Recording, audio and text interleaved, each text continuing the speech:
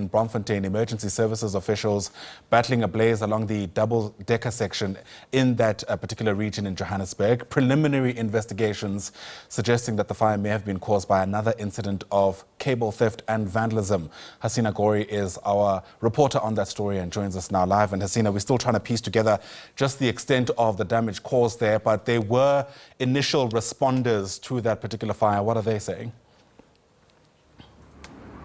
Yes, I know when we last spoke, we spoke with JMPD speaking specifically on the impact it's having on the motorists on the road that's above the ground. But underground is where these cables seems to be what has caused that fire, and emergency services on the scene battling it 1 year later. We're still trying to get more pieces to piece together the exact extent, but also what caused this damage. For now, as you mentioned, cable theft seems to be what we're leaning towards. But I want to bring in someone quite important right now to this entire story, the emergency services. Nana Redebe, 1 year again, we're here back on this M1 South.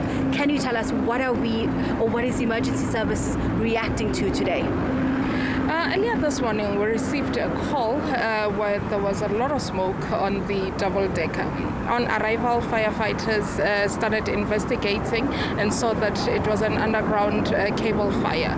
We currently have teams that are underground trying to extinguish the fire. It is cables that are on fire. It's the same situation as we had last year. You've mentioned that they are underground and they're extinguishing the fire, so at this stage it has not yet been put out? It has not yet been put out, but we have a team that is doing firefighting. We have another team just to ensure that it does not spread to other areas. So we do have a strategy to ensure that it does not spread and we contain it to one area.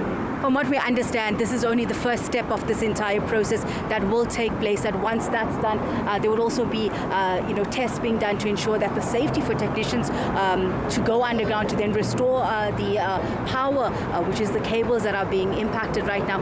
Talk me through that process.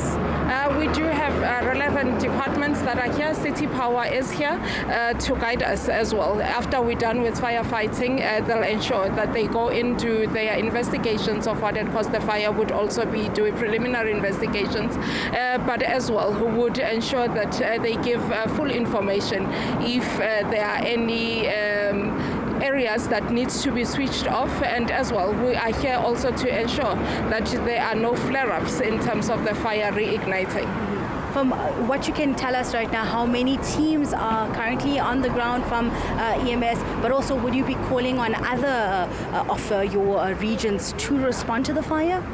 We have 4 fire stations, 4 fire engines that are on scene with a team of plus 18 people.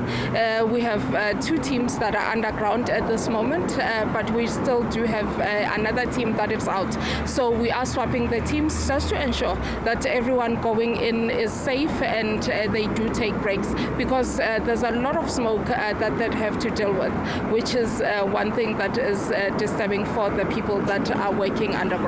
Thank you so much. That was EMS has not already been speaking to us here, saying that from what we understand right now, 4 fire engines have been deployed. That's 4 different teams. 2 of them are currently underground. That's a total of at least 18 firefighters who are underground.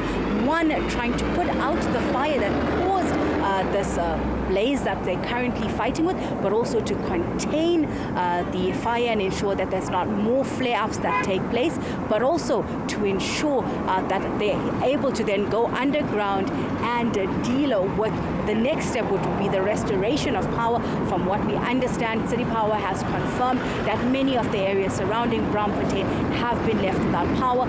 It is not yet certain how long it will take for the restoration of power, so those that are in this area are left without power at this stage. But main concern right now is to ensure that that fire that is blazing underground from where we're standing, you're seeing the fire that is still bellowing, the smoke that we're seeing, that is coming from underground, where it's believed that the fire started. It's believed that it's due to cable theft.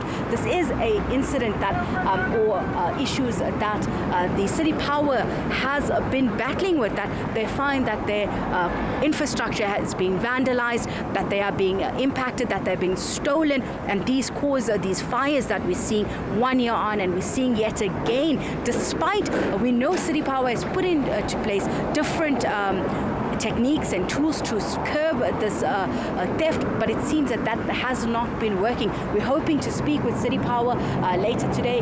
They are not yet on the scene at this stage. The spokesperson is not yet on the scene. They have sent out a statement, but for now we are still putting together this information for you. But those that are using the M1 South should ensure that they add time, but also take some precautions, as 2 of the lanes remain closed at this stage. I end up back to you in studio.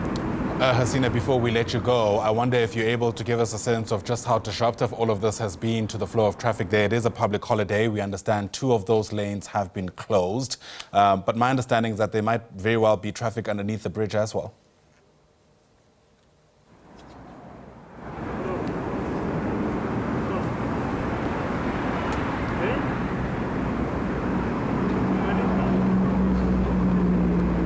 Hasina, I'm not sure if you're able to hear us. Give us a sense of how disruptive this has been to traffic where you're standing.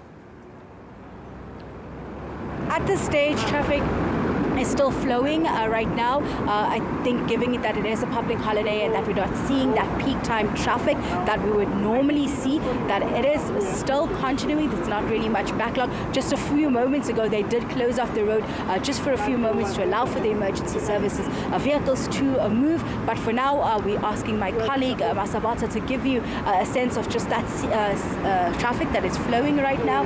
To right now, not really disruptive, but they should ensure that if you are traveling on this road, that you do add a few moments or use alternative routes. I know that JMPD had suggested using the Joe Slovo road to catch the M2, just to ensure that you don't find yourself in this area. For now, the road remains closed. Unlike last year, both parts of the M1 has still not been completely closed. But if that becomes a reality, we will update you.